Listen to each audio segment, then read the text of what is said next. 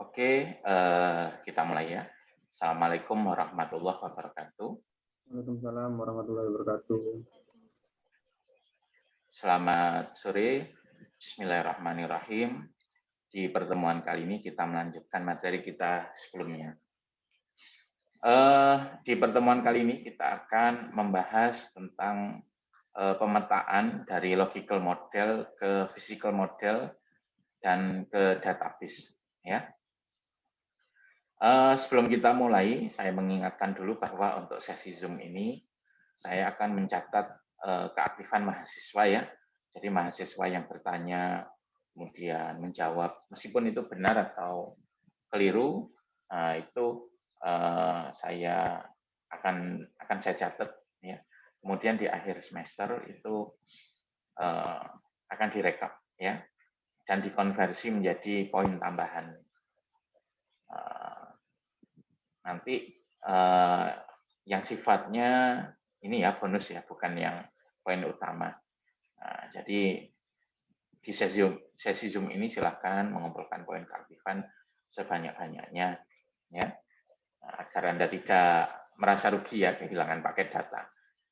Kan sayang kalau paket datanya berkurang tapi tidak mendapatkan tambahan poin keaktifan.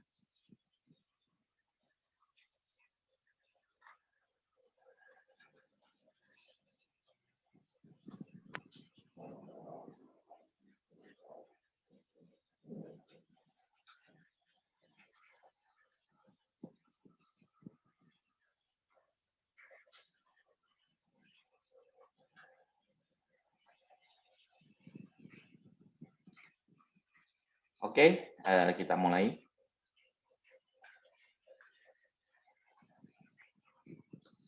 Jadi di pertemuan kali ini kita akan membahas tentang cara pemetaan dari logical model ke physical model dan database. Nah, sebelum mulai kita melakukan review dulu ya. Jelaskan pengertian database relasional. Ada yang bisa bantu?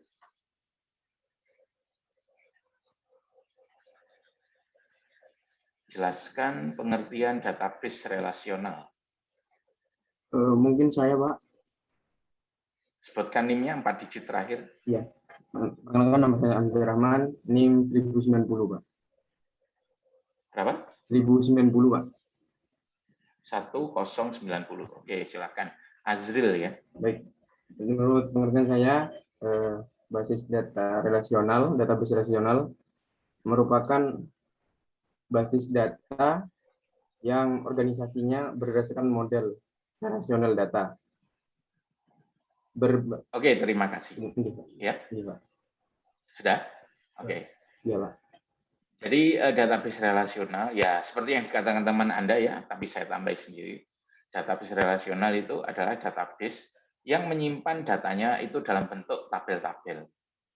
Jadi nanti isinya adalah tabel-tabel ya. Nomor 2, jelaskan pengertian entity. Apa tujuan mengidentifikasi entity? Ada yang bisa bantu?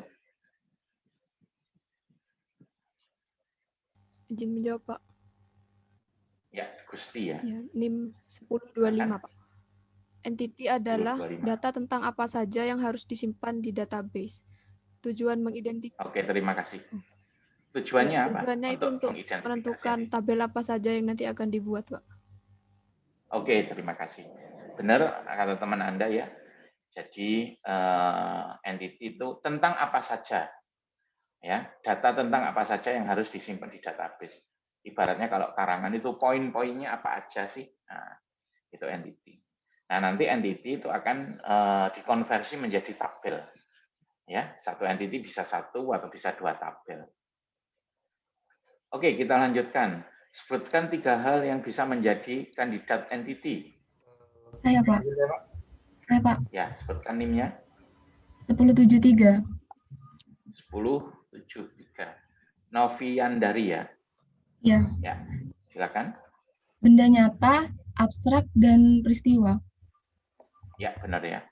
Jadi benda nyata, abstrak, dan peristiwa. Jadi Anda misalnya disuruh membuat sistem informasi apa ya. Anda bayangkan benda nyata, benda abstrak, dan peristiwa apa. Tapi tentu tidak semuanya. Ya. Yang kita masukkan sebagai entity ialah apa?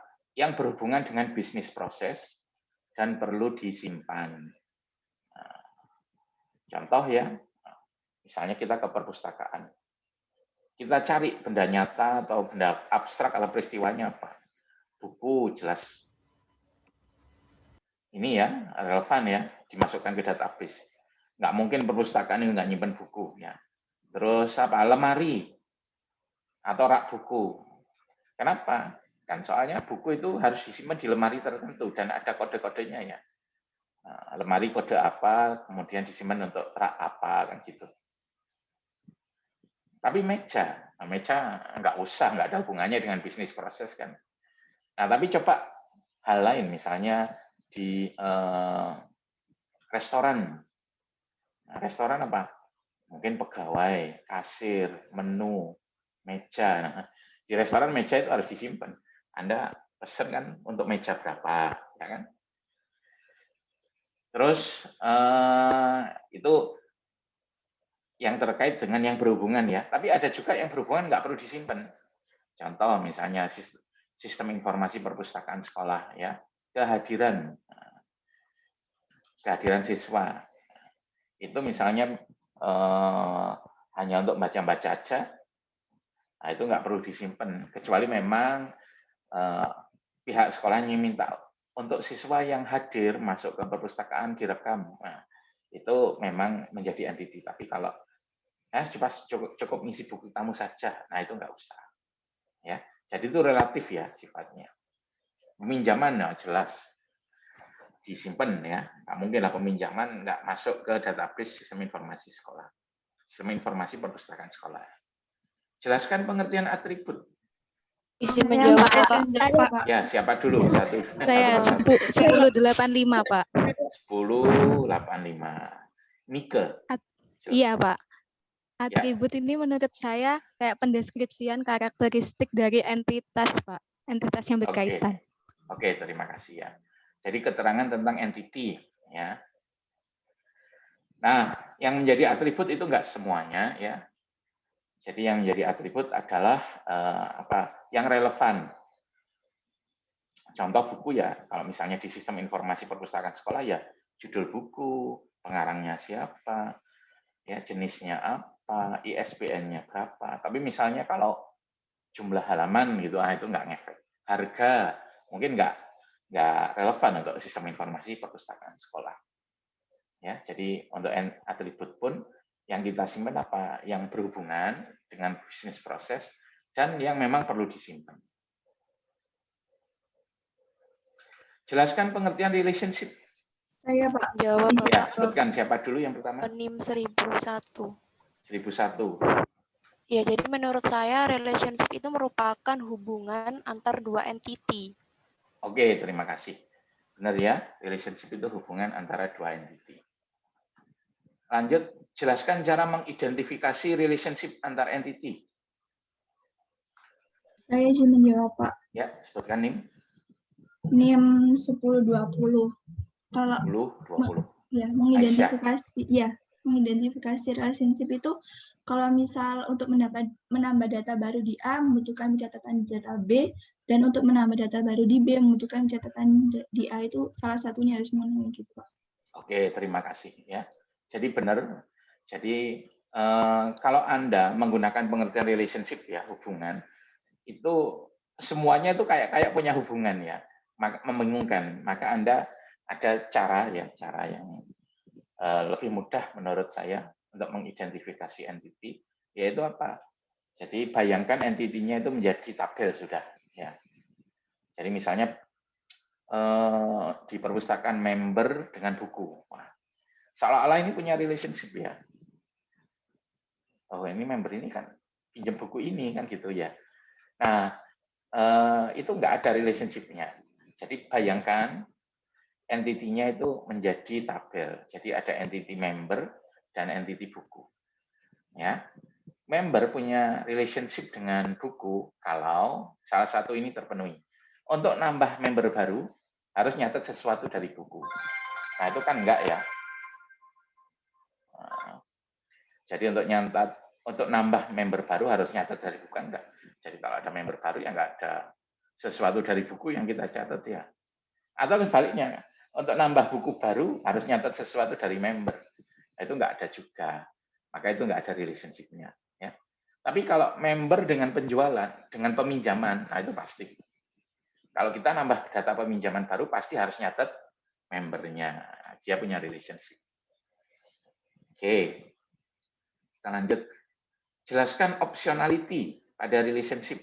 Saya Pak. Ya, sebutkan NIM-nya. Saya Pak. Andini 1035.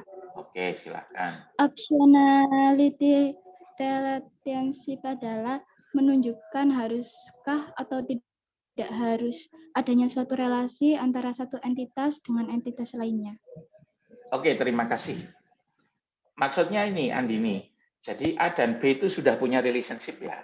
Nah, relationship-nya itu optionality-nya apa? Nah, jadi bukan menunjukkan apakah suatu entity itu punya relationship atau tidak, bukan ya. Nah, mungkin ada yang bisa menambahkan? Saya Pak. Ya, NIM-nya. Ahmad Humaydi Hassani, NIM 1010. Menurut saya optionality pada relationship itu adalah wajib tidaknya satu entity itu tercatat pada entity yang lain, Pak. Namanya siapa barusan? Ahmad Humaydi Hassani, NIM 1010, Pak. 4 digit terakhir ya, 1010. Iya, 1010. Ahmad Humaydi Hassani. A titik, Pak. A titik, makanya. Oh iya. Terima kasih. Gimana? Optionality pada relationship itu wajib tidaknya isi dari satu entity itu tercatat pada entity yang lain. Ya, mengikuti relationship tersebut ya. Nah, jadi optionality itu bukan berarti apakah A dan B itu ada relationship-nya, enggak. Maksudnya apa? Apakah anggota A itu wajib ikut semua atau tidak? Apakah boleh ada yang enggak ikut? Nah, itu optionality. Atau sebaliknya, apakah anggota B wajib ikut semua atau boleh ada yang enggak ikut? Contoh ya, untuk sistem informasi toko buku, itu antara penjualan dengan buku. Ya. Oke, dari sisi penjualan. Apakah semua instan buku itu harus ikut pada relationship penjualan dengan buku? Kan enggak. Bisa jadi kan ada buku yang tidak pernah terjual kan. Sehingga di sisi buku, dia optionality-nya tidak wajib. Ya. Nah sekarang dari sisi penjualan itu apakah semua penjualan harus melibatkan atau ikut pada relationship dengan buku? Pasti. Nggak mungkin lah ada penjualan tapi nggak ada bukunya. Ini anggap saja toko buku ya. Toko buku. Jadi itu makna optionality ya. Jadi bukan berarti ada atau tidaknya relationship. Relationship-nya sudah ada, tapi apakah anggotanya itu harus ikut semua atau tidak. Nah, untuk penjualan buku itu dari sisi penjualan wajib. Ya. Tapi dari sisi buku tidak wajib. Oke, kita lanjut. Jelaskan cardinality pada relationship. Saya Pak. Ya, sebutkan NIM-nya. 1032. 1032. Widyarista. Iya, cardinality itu seperti banyaknya entity yang bersesuaian dengan entity yang lain melalui relationship. Oke, jadi A dan B itu misalnya sudah punya relationship ya. Nah, cardinality itu satu instan A itu berrelationship dengan berapa instan B, dan sebaliknya satu instan B itu berrelationship dengan berapa instan A ya. Nah, ada 3 jenis, ada one to one. Artinya pas satu instan A berrelationship dengan satu B atau sebaliknya.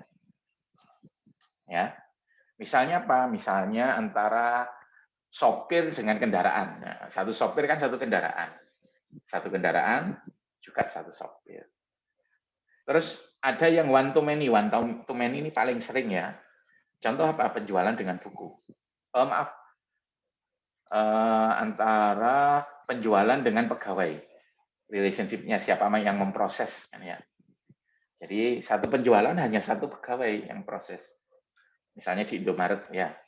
Tapi satu pegawai bisa memproses banyak penjualan. Jadi one to many.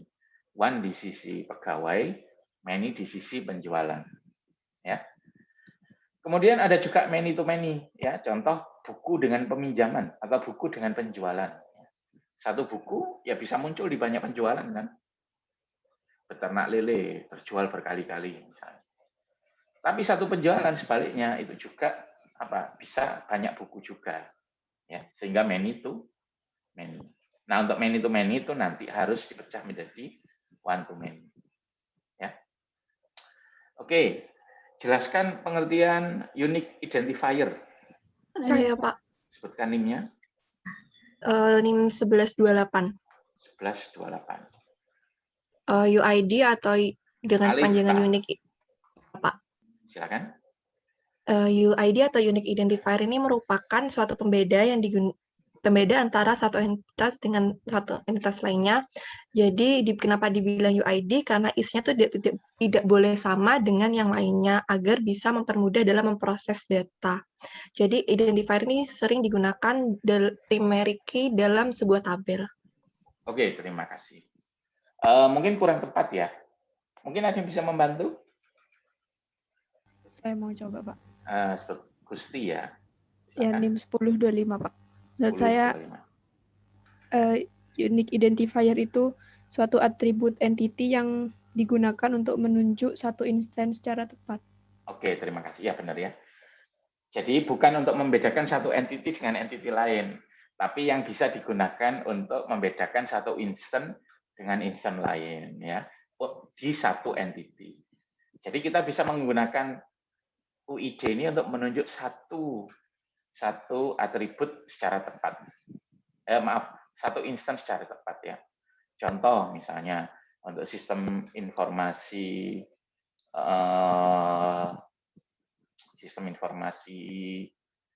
sister, ada entity mahasiswa. Ya, kira-kira apa yang bisa menjadi UID? Ya, contoh NIM ya. Nggak ada mahasiswa yang NIM-nya sama ya. Nomor HP juga bisa. Seperti itu. Jadi satu entity bisa punya beberapa UID ya. Jelaskan pengertian primary UID dan secondary UID. Mungkin saya, Pak. Ya, silakan Aisyah. Ya, kalau primary UID itu UID-nya yang jadi patokan utama kalau kita untuk membedakan instan satu dengan instan lainnya. Nah, kalau secondary ini itu boleh ada, boleh tidak. Tapi pokoknya yang harus ada itu primary UID-nya. Seperti itu, Pak. Oke, terima kasih. Jadi, seperti yang saya sampaikan tadi, satu entity itu bisa punya banyak atau beberapa UID ya. Nah, salah satu dipilih menjadi primary, yang lain menjadi secondary ya. Nah, mana yang kita pilih menjadi primary UID? Nah, itu ada syaratnya ya. Jadi yang pertama nilainya nggak boleh berubah. Jangan pakai atribut yang nilainya rentan berubah. Nomor HP misalnya. Nomor HP bisa menjadi primary UID, tapi dia kan bisa diubah. Anda di tengah-tengah kuliah mungkin bisa mengubah nomor HP Anda ya. Terus nggak boleh nol. Jadi primary UID itu sesuatu yang nggak boleh nol. Ya. Jelaskan perbedaan antara konseptual model dengan logical model. Saya, Pak. Ya, sebutkan. Tahta ya. Ya, 1106. Kalau konseptual model itu gambaran umum, jadi kayak lebih sederhana dan tidak memakai istilah teknis. Kalau logical model itu lebih detail, jadi melibatkan entitas, atribut, relationship, dan istilah khusus gitu, Pak. Oke, terima kasih. Ya, jadi ketika mendesain database kita butuh gambar ya. Kita butuh gambar. Sama orang kalau mendesain rumah juga kan butuh gambar. Ya. Nah, gambar tersebut itu ada level-levelnya ya. Nah, langsung aja masuk. Level pertama itu konseptual model ya, konseptual model. Konseptual model itu ya gambar yang sederhana, masih global. Ibaratnya Anda kalau bangun rumah itu Anda bertemu dengan arsiteknya, oret-oretan seperti itu. Pak, rumah Anda tanahnya berapa luasnya? Digambar kotak biasa, oret-oretan pakai tangan. Terus butuh ruangan berapa, Pak? Ruang kamar berapa? Butuh ini enggak? Garasi enggak? Nah, seperti itu. Jadi oret-oretan masih. Ya. Jadi konseptual model itu sama desain database, tapi dia masih sederhana, masih global. Ya. Cuman ada Pak, entity sama relationship. Entity itu hanya masih berupa kotak biasa, masih belum ada atributnya, hanya satu kotak. Misalnya buku, itu aja sudah. Masih belum ada atributnya. Relationship ya cuman masih garis saja ya, garis yang menghubungkan antar entity. Masih belum ada optionality, belum ada cardinality, belum ada one to many-nya. Nah, seperti itu. Nah, kalau logical itu lebih detail ya. Nah, lebih detail. Jadi dia sudah ada entity, sudah ada relationship-nya, ya. Kemudian sudah ada atribut-atributnya. Ya. Kemudian untuk relationship-nya itu sudah apa? Optionality, ada cardinality. Ya. Terus untuk setiap entity itu sudah ada UID-nya, ada primary UID-nya. Kalau butuh ada secondary UID-nya. Nah, itu yang lebih detail ya. Jadi merupakan desain yang lebih detail. Nah, ada juga yang level physical model ya. Nah, physical model itu merupakan yang sangat detail dan sudah siap diimplementasikan. Ibaratnya kalau orang bangun rumah ya, arsitek itu yang sudah ada misalnya skalanya 1:1000 misalnya. Ya, gambarnya itu sudah pas benar, sudah diukur, sudah ada desain kerangka rumah, desain kerangka atap, sudah ada desain jendela-jendelanya, lengkap sudah. Ya, seandainya gambar tersebut itu dikasih ke orang lain, ke tukang gitu, tukang itu sudah bisa membangun berdasarkan gambar itu. Kenapa? Karena sudah detail. Ya, sama untuk physical design itu gambar atau desain database yang sangat detail ya. Sudah ada entity-nya, sudah ada relationship-nya. Untuk setiap entity ada atribut-atributnya ya. Kemudian sudah ada primary key-nya. Jadi di tahap physical design itu primary UID itu menjadi primary key ya. Secondary UID itu namanya menjadi unique key ya. Terus untuk setiap atribut itu istilahnya sekarang menjadi kolom sudah. Itu sudah ditentukan tipe datanya ya. Misalnya judul buku varchar 50. Ya.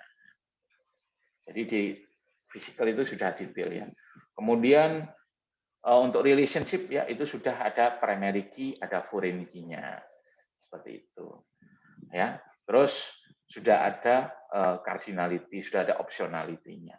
Jadi kalau di gambar itu seperti ini. Nah, ini ya. Kalau ini levelnya level logical. Bukan konseptual ya. Kalau konseptual itu cuma ada kotak entity, nggak ada atributnya, terus relationship. Kalau ini logical. Nah, kalau physical yang sudah siap dibangun itu seperti ini. Ya. Jadi kolom itu di sini disebut tabel ya. Terus atribut entity di sini disebut tabel ya. Kalau di sini masih disebut entity buku, entity genre, entity penerbit. Kalau di sini tabel buku, tabel genre, tabel penerbit ya.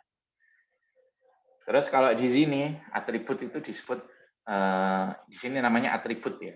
Kalau di sini namanya sudah kolom. Ya. Dan setiap kolom sudah ada tipe datanya ya di sini. Nah, ya. Terus di sini juga ada apa? Untuk yang fisikal sudah ada primary key, foreign key. Ya. Kalau di sini masih belum. Relationship itu masih garis. Ya. Kalau di sini itu sudah ada primary key, ada foreign key. Dan ini sudah siap dikonversi. Dikonversi menjadi DDL. Ya. Oke, sampai di sini mungkin ada yang ditanyakan. Nggak ada? Oke, kita balik lagi ya. Saya Pak. Ya, silakan. Saya Pak. Sebutkan Itu NIM-nya. tadi Pak untuk nama saya Anggini Ike NIM 1035. Oke, silakan. Itu Pak, saya masih kesulitan untuk membaca tabel ERD. ERD. Waduh, itu kalau saya menjelaskan itu agak panjang lebar ya. Wes gini aja, saya simpan aja ya. Saya simpan saja. Iya, Pak. Coba saya dijapri nanti. Harus mikir dulu kalau menjawab pertanyaan seperti itu. Soalnya itu kan melibatkan beberapa materi. beberapa minggu ya. Iya Pak, terima kasih Pak.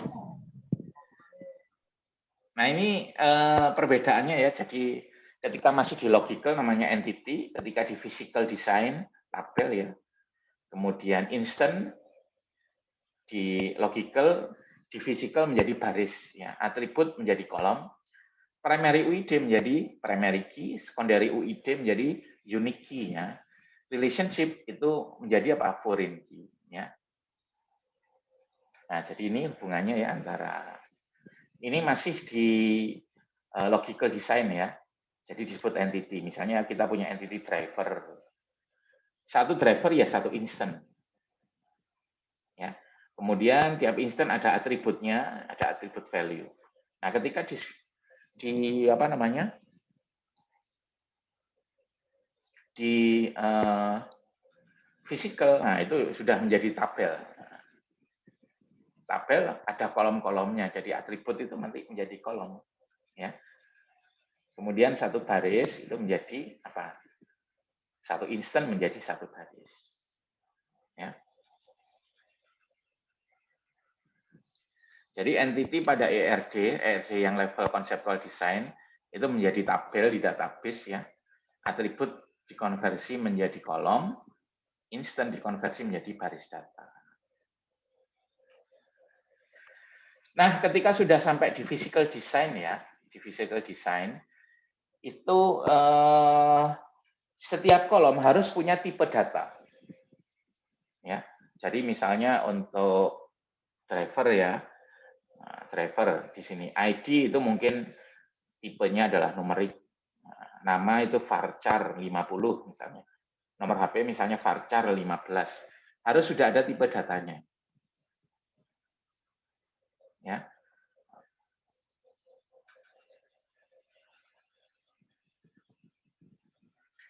Cuman seperti yang Anda coba di praktikum kemarin, ya. Meskipun di tahap logical itu atau di ERD itu masih belum ada tipe data, Anda bisa menentukan jenis tipe datanya. Di praktikum kemarin kan sudah bisa ya menentukan tipe datanya, ya kan?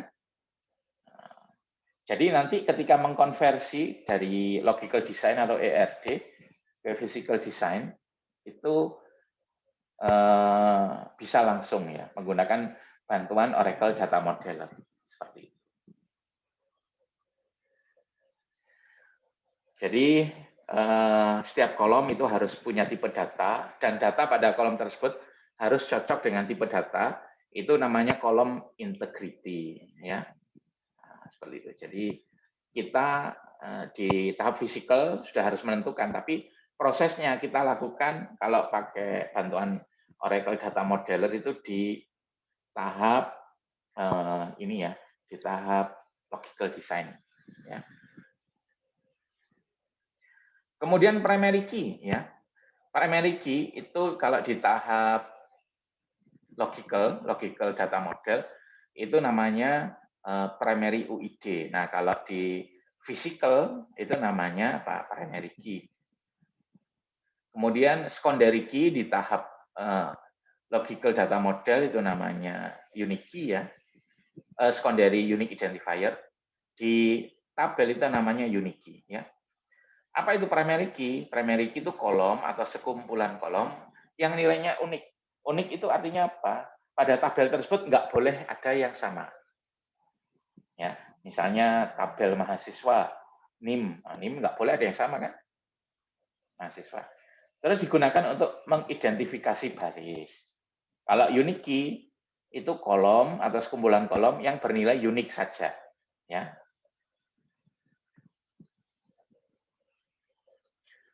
Kolom yang bernilai unik itu maksudnya apa? Kolom tersebut nilainya nggak boleh ada yang sama. Misalnya di tabel mahasiswa, NIM jadi primary key. Ya.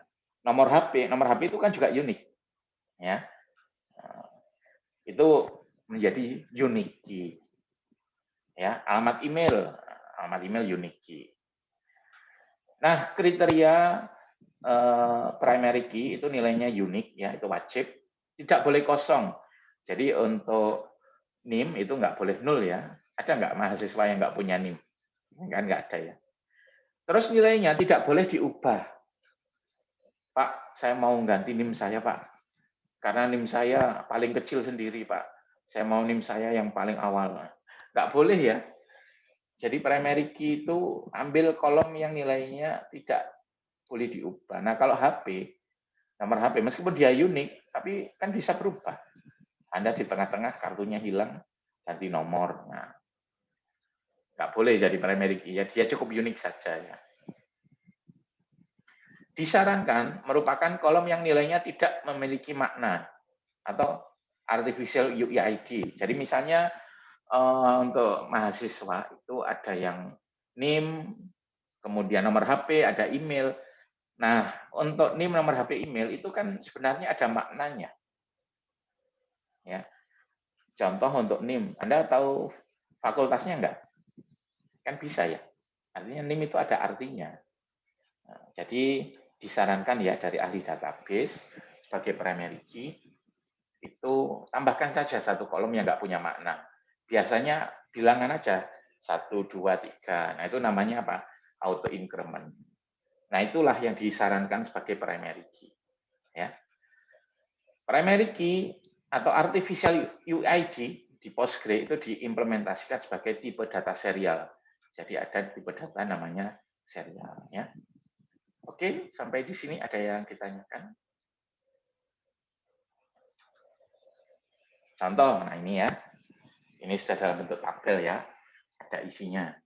Misalnya ada tabel employee, pegawai.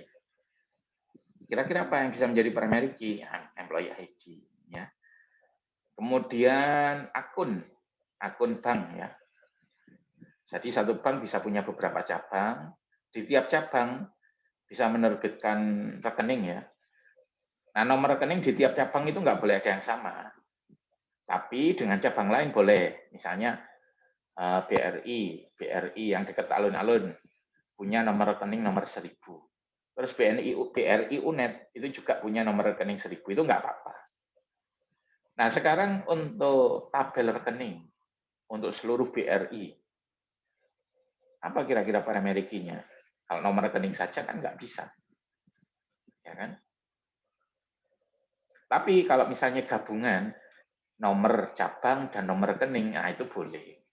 Dia bisa menjadi primary key. Karena nggak ada rekening yang nomor cabang dan nomor rekeningnya gabungannya itu sama. Ya. Nah, jadi primary key boleh satu kolom, boleh gabungan beberapa kolom. Sampai di sini ada yang ditanyakan? Silakan.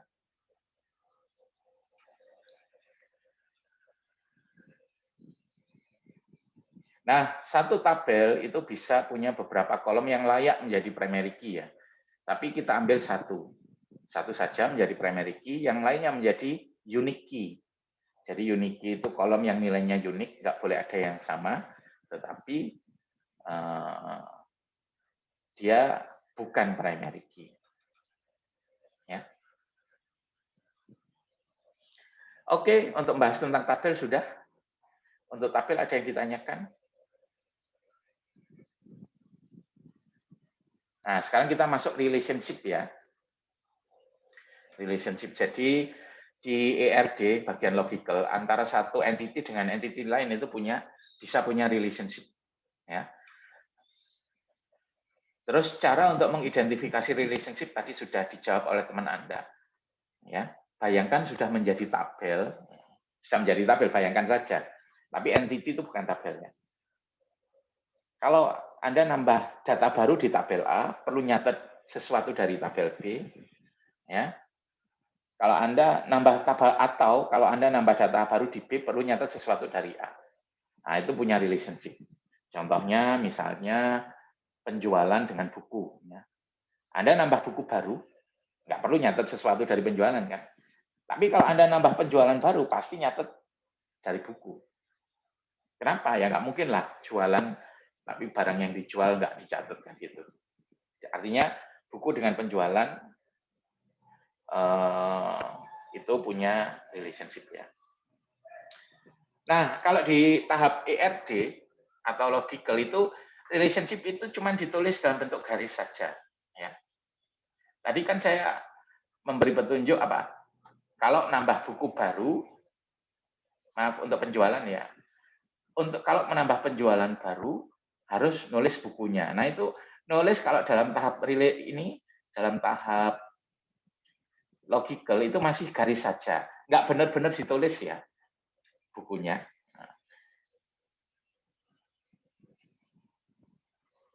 Jadi di ERD itu cuman apa nulis garisnya saja atau inilah contoh antara genre dengan buku ya kan punya relationship.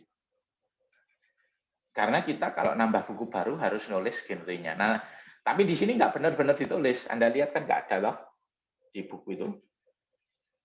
Nggak ada ya. Cuman garis saja. Itu kalau di tahap logical ya. Tapi kalau sudah tahap physical yang tahap ini, nah Anda perhatikan di sini benar-benar ditulis ya. Jadi ketika Anda nambah buku baru harus nulis genrenya. Tentu nggak semua data dari genre ditulis, cukup primary key genrenya aja.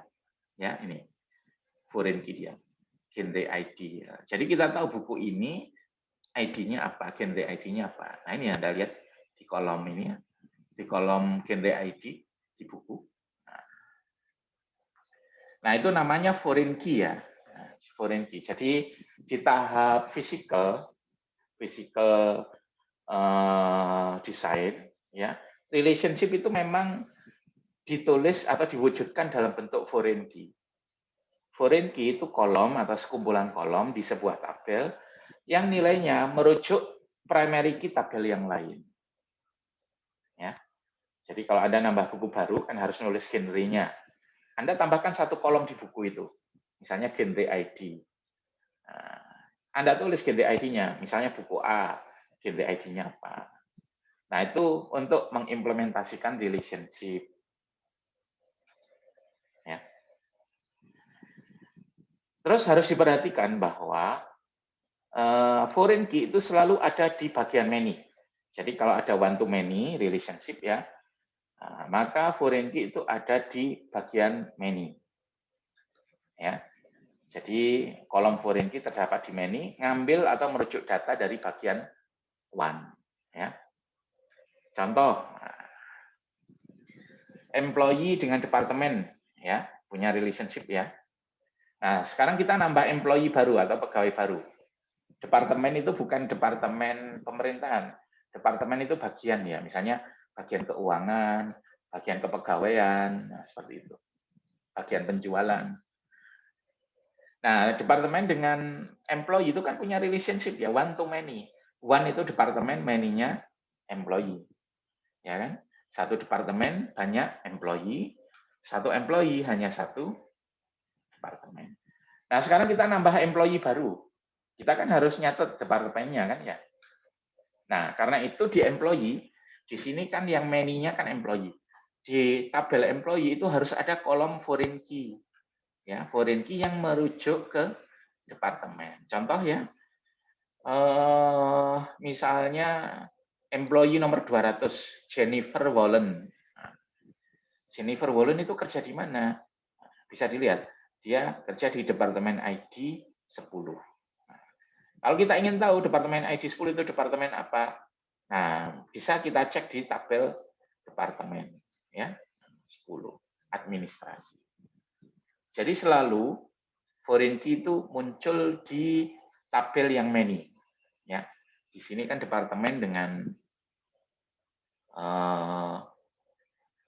employee, nah, itu kan yang many-nya adalah employee.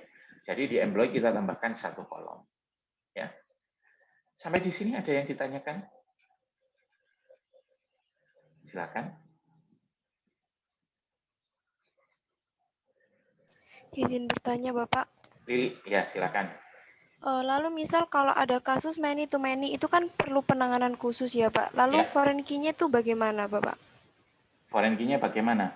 Nah, many to many penanganan khususnya gitu kan ada relationship perantara kan ya? Tabel perantara kan atau entity perantara. Contohnya gini, buku dengan penjualan kan ya? Kan many to many, satu buku bisa muncul di banyak penjualan, satu penjualan banyak buku ya. Di tengah-tengah ini itu nanti ada entity persimpangan. Ya. Nah, untuk buku ke detail penjualan itu one to many, penjualan ke detail penjualan itu one to many. Sehingga foreign key-nya itu ada 2 foreign key muncul di detail penjualan. Jadi selalu muncul di bagian many-nya ya. Jadi ada 2 foreign key muncul di bagian detail penjualan. Yang satu merujuk ke buku, yang satu merujuk ke penjualan. Seperti itu ya. Baik, Gimana? Bapak. Terima kasih. Oke. Jadi intinya foreign key-nya ada di penanganannya itu ya, Bapak? Iya, benar. Selalu di sisi many. Terima kasih, Bapak. Oke, tadi teman Anda ada yang bingung, Pak, gimana membaca ERD? Itu bingungnya sebelah mana ya? Apakah entity-nya, bagian entity-nya? Siapa tadi lupa saya yang bertanya. Bagaimana cara membaca ERD? Saya, Pak.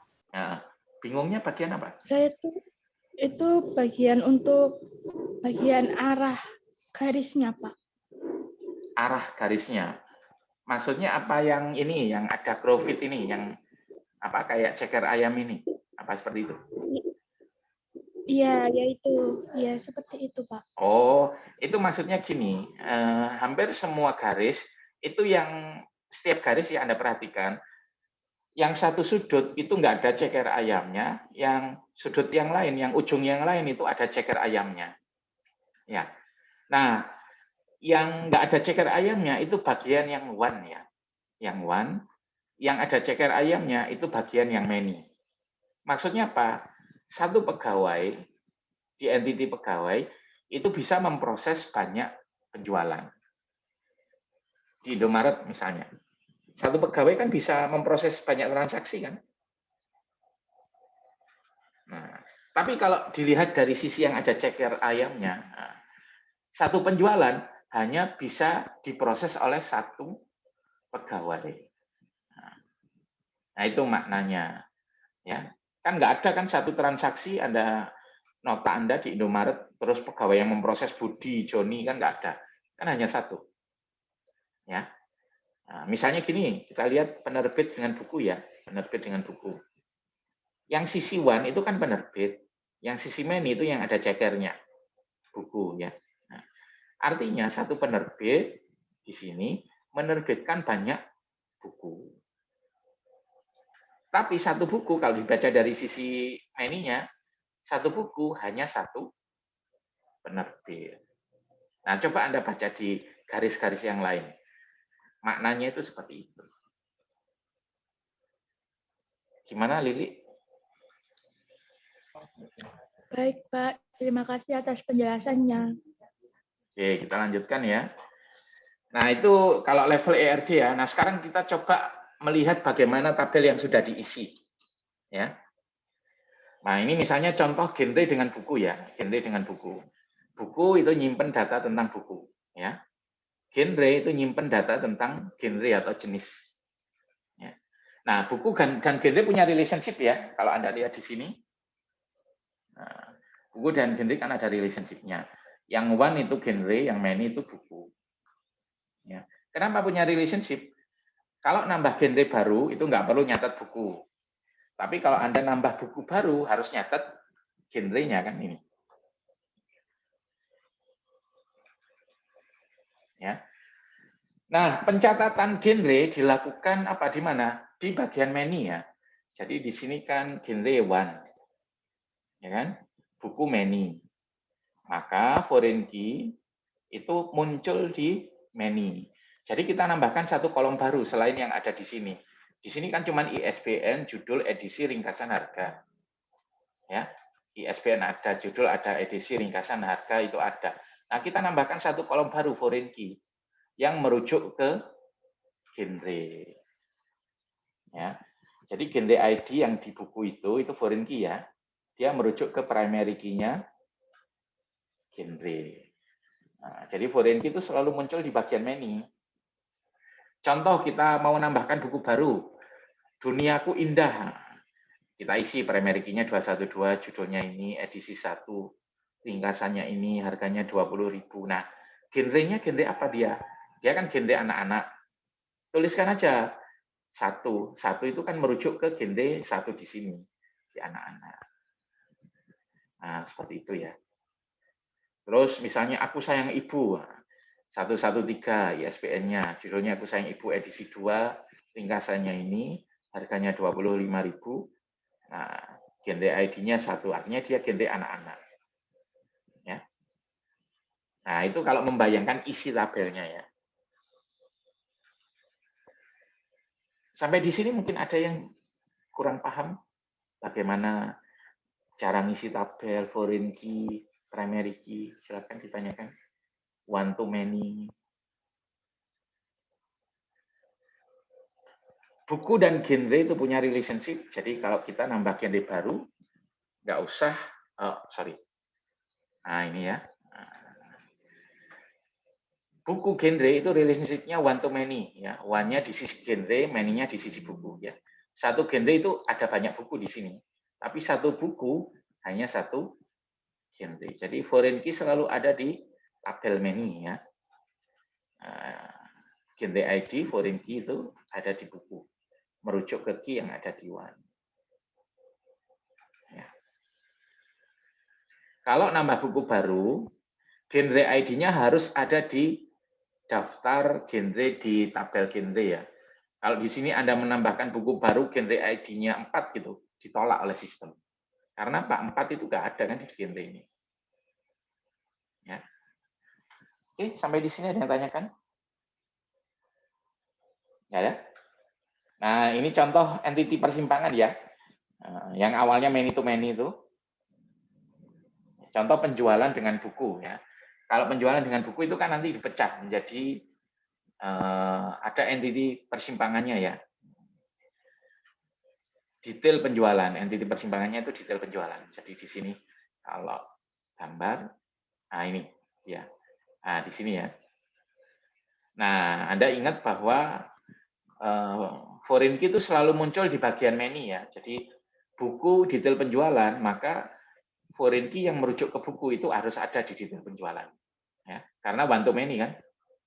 Penjualan dengan detail penjualan, maka foreign key yang ada di foreign key-nya ya, yang merujuk ke penjualan itu juga harus ada di detail penjualan. Makanya nanti detail penjualan itu punya dua foreign key. Yang satu merujuk ke buku, yang satu merujuk ke penjualan. Oke, akan kita lihat di sini. Nah, ini ya. Jadi kalau ada penjualan seharusnya kan mencatat bukunya kan. Tapi nggak mungkin, kenapa? Satu penjualan kan bisa banyak buku, beternak ayam, beternak lele. Misalnya sudah putus asa kuliah, katanya mau beternak lele ya. Nggak cuma lele saja, ayam bisa, belut bisa, ayam bisa. Apa? Sehingga dia langsung beli 3 judul, beternak ayam, beternak lele, beternak belut misalnya. Nah itu kan kalau nyatet sebagai foreign key di penjualan itu kan multi value ya. Yang dibeli kan 3 judul buku. Sehingga harus mencatat 3 foreign key di sana. Nah itu nggak boleh. Multi value itu nggak boleh. Selain itu ada data-data yang multi value juga yang lain. Misalnya apa? Jumlah buku yang dibeli. Beternak ayam beli 2, beternak lele beli 3, beternak belut beli 4. Satu grup pertemanan putus asa kuliah semua. Putus asa dengan kuliah, ingin beternak semua. Jadi beli banyak. Quantity juga nggak bisa dimasukkan karena multi value ya. Nah, data-data yang nggak bisa masuk ke penjualan dan pasti nggak bisa masuk ke buku, itu dimasukkan ke detail penjualan ya. Nah, jadi gini. Nah, seperti ini. ISBN dan jumlah buku, ya, foreign key dari bukunya kan ISBN. ISBN dan jumlah buku nggak bisa dicatat di penjualan. Jadi dicatat di detail penjualan, ya. Nah, sehingga di sini akan muncul 2 foreign key ya, nomor nota itu merujuk ke penjualan, kemudian ISBN itu merujuk ke buku, ya. Terus ada quantity juga ini untuk mencatat apa jumlah buku yang dibeli untuk judul tersebut. Ya, nah, jadi ini one to many kan, penjualan ke detail penjualan one to many. buku ke detail penjualan one to many. Ya. Sehingga di detail penjualan harus ada foreign key yang merujuk ke penjualan, juga ada foreign key yang merujuk ke buku. Ya. Satu penjualan bisa terdiri atas banyak item penjualan ya. Contoh Anda di Indomaret ya, misalnya beli Indomie 3, saus 1, kecap 1, sabun 3. Di notanya itu kan ditulis di beberapa baris, 4 baris ya. Indomie 3, saus 1, baris selanjutnya kecap 1, sabun 4 misalnya. Itu kan ditulis dalam 4 baris. Nah, detail penjualan itu sebenarnya itu intinya. Item yang dibeli pada sebuah penjualan. Ya. Dari satu penjualan itu bisa punya banyak item terjualnya, item yang dibeli. Ya. Contoh ya. Untuk penjualan dengan nomor nota 456 di sini, dia beli apa saja? Oh, ternyata dia beli 3 barang ya. Yaitu buku dengan ID 212 yaitu Duniaku Indah. Buku dengan ID 113 Pepak Basa Jawa. Nah, buku dengan ID 564 ya RPUL. Nah, untuk Duniaku Indah itu yang dijual atau yang dibeli 3 eksemplar. Terus Pepak Basa Jawa 4 eksemplar. RPUL 1 eksemplar. Jadi detail penjualan itu sebenarnya yaitu kalau Anda beli di Indomaret ya beli 3 macam barang, Indomie 4. Satu baris itu satu detail penjualan ya. Terus sabun 3. Terus misalnya saus 1. Itu kan satu penjualan ya, satu transaksi. Sementara barang-barang yang Anda beli itu ya tiap itemnya yaitu Indomie 3, saus 1, sabun 4. Itu masing-masing item itu namanya satu detail penjualan. Nah, sehingga di sini satu penjualan bisa punya banyak detail penjualan ya atau item penjualan. Ya. Oke, sampai di sini ada yang ditanyakan mengenai entity persimpangan ini?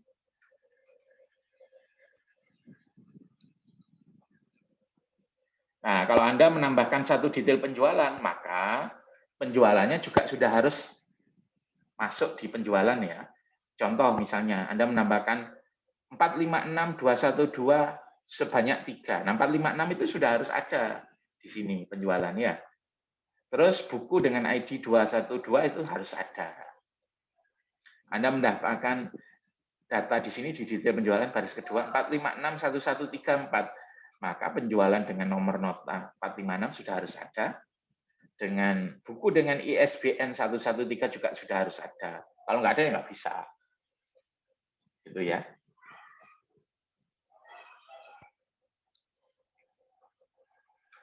Nah, kemudian bagaimana dengan primary key-nya? Nah, primary key-nya untuk entity persimpangan itu bisa pakai 2 cara ya. Yang pertama Anda nambahkan 1 kolom sendiri. Artificial UID ya. Yang kedua, ini yang dipakai di contoh. Untuk primary key-nya Anda bisa pakai gabungan dari foreign key-nya. Ya. Jadi di detail penjualan itu kan ada 2 foreign key ya. Foreign key yang merujuk ke penjualan dan foreign key yang merujuk buku. Ya. Nah, gabungan dari foreign key tersebut yaitu nomor nota dan ISBN itu menjadi primary key di detail penjualan. Nah, itu namanya bar relationship. Bar relationship itu maksudnya apa? Foreign key itu juga dipakai sebagai bagian dari primary key di sisi menu. Ya, lambangnya seperti ini bar relationship itu. Nah, ini ya, ada garisnya, ada garisnya. Itu maksudnya apa? Di sini kan ada foreign key yang merujuk ke buku. Foreign key tersebut dipakai juga sebagai bagian dari primary key. Ya. Di sini juga ada foreign key yang merujuk ke penjualan. Foreign key tersebut juga menjadi bagian dari primary key.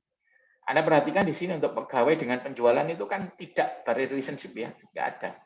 Maka foreign key dari yang ada di penjualan ini yang merujuk ke pegawai itu tidak menjadi bagian dari primary key. Nah, jadi di sini nggak boleh ada kombinasi di detail penjualan ya, kombinasi nomor nota dan ISBN yang sama. Sampai di sini ada yang ditanyakan? Ada? Gimana kalau dengan one-to-one relationship, Pak? Nah, jadi relationship itu kan kalau di ERD itu dua jenis lah, nggak mungkin yang many to many, nggak mungkin ada ya. Adanya dua jenis, one-to-one itu jarang, itu juga jarang ya. Contohnya misalnya pada inilah, mungkin sistem informasi, mungkin LIN ya, LIN. Ada juragan LIN, punya banyak driver. Satu LIN hanya untuk satu driver misalnya. Nah itu kan one-to-one ya, satu driver, satu LIN. Gitu kan. Nah, jadi misalnya A dan B itu punya relationship one-to-one, terus misalnya salah satu itu bersifat wajib ya, bersifat wajib. Maka foreign key itu masukkan pada entity atau tabel yang wajib. Contoh ya, di sini ada employee dengan kubikel. Kubikel itu kalau Anda ke ruang dosen, tiap dosen itu kan punya ruang sendiri ya, kotak. Nah, itu kan namanya kubikel. Nah, itu kan satu kubikel untuk satu dosen kan ya. Nggak mungkin satu kubikel diisi dua dosen. Ya, jadi satu kubikel untuk satu dosen. Misalnya setiap dosen wajib punya kubikel. Jadi partisipasi instan dosen itu wajib ya, semuanya harus ada. Tetapi kubikel itu boleh ada yang kosong, nggak ada dosennya. Jadi dosen itu wajib punya kubikel. Nah, kalau kasusnya seperti itu, maka foreign key-nya taruh di dosen, di bagian tabel yang wajib. Ya, nah, seperti itu. Ya. Gimana Pak kalau sama-sama nggak wajib Pak? Nah, kalau sama-sama nggak wajib, itu ada dua solusinya. Yang pertama, letakkan foreign key di tabel yang baris datanya lebih sedikit. Ya, misalnya dosen ada yang boleh nggak punya kubikel, nggak wajib. Kubikel juga boleh ada yang kosong. Ya, nah letakkan foreign key di baris ke tabel yang baris datanya lebih sedikit. Kalau dosennya lebih sedikit, maka letakkan di dosen. Kalau kubikelnya lebih sedikit, letakkan di kubikel. Ya. Atau ada cara lain ini. Nah, ada cara lain. Letakkan foreign key pada tabel yang lebih penting. Dosen sama kubikel lebih penting mana? Nah, oh, lebih penting dosen, Pak. Bagi mahasiswa lebih penting dosen. Ya, letakkan di dosen foreign key-nya ya.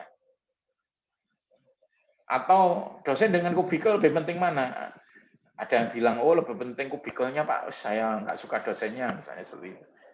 Maka foreign key-nya letakkan di kubikelnya. Seperti itu ya. Itu untuk penanganan one-to-one. Ya. Sampai di sini mungkin ada yang ditanyakan?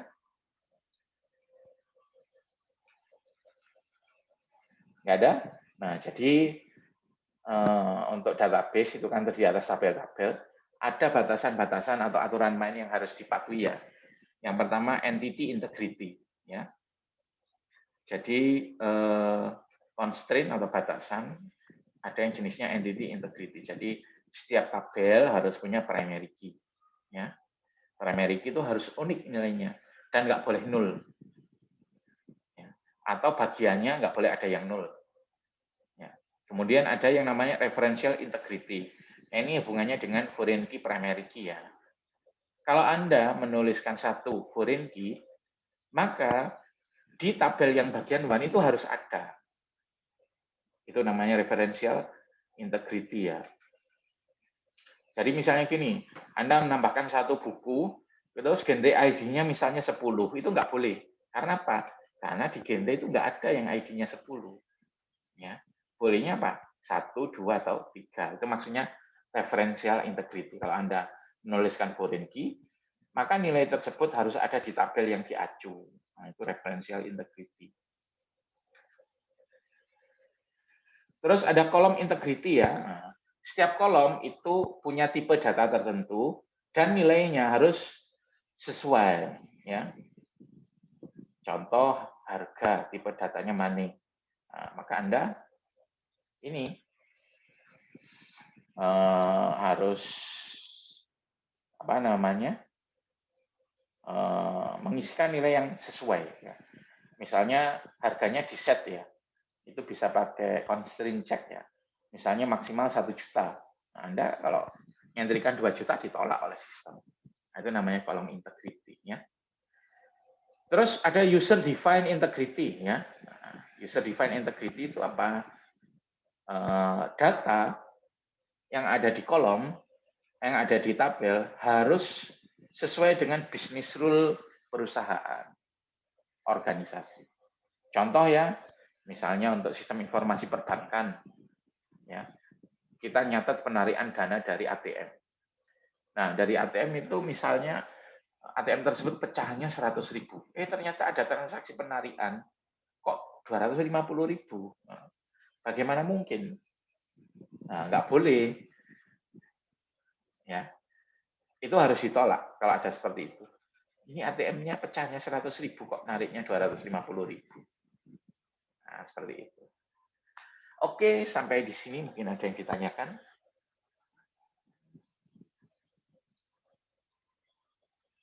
Nggak ada? Sorry ya, saya mulai dari jam 15, karena saya tadi jam 12.30 ngajar, habis ngajar kan juga capek ya.